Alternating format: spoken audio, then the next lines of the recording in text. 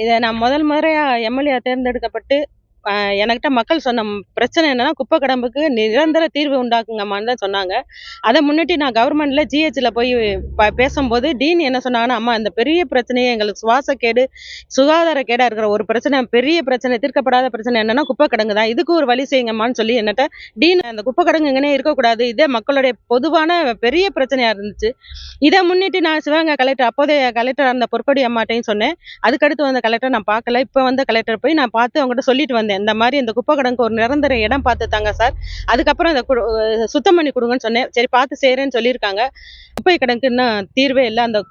அந்த புகையால மக்கள் வந்து பாதிக்கப்படுற விதத்த அதுல சொல்லியிருந்தாங்க. ஏற்கனவே நான் 3 முறை நகராட்சியில போயி கமிஷனர்ட்ட இத பத்தி பேசியிருக்கேன். இந்த குப்பைய ஏதாவது செய்யுங்க சார். ஏதாவது இடம் பாருங்க. அல்லது அப்புறப்படுத்துறதுக்கு ஏதாவது இடம் பார்த்துட்டு சுத்தம் பண்ணுங்க சார்ன்னு சொன்னா, எந்த ஒரு நடவடிக்கையும் இதுவரைக்கும் எடுக்கல. எங்கள நாங்க இதுவரைக்கும் போய் சொன்ன எந்த ஒரு தீர்வுகளும் இல்லாத ஒரு விஷயமா அந்த குப்பை கிடங்கு வந்து மக்கள் மத்தியில பெரிய அளவுல பேசப்படுது.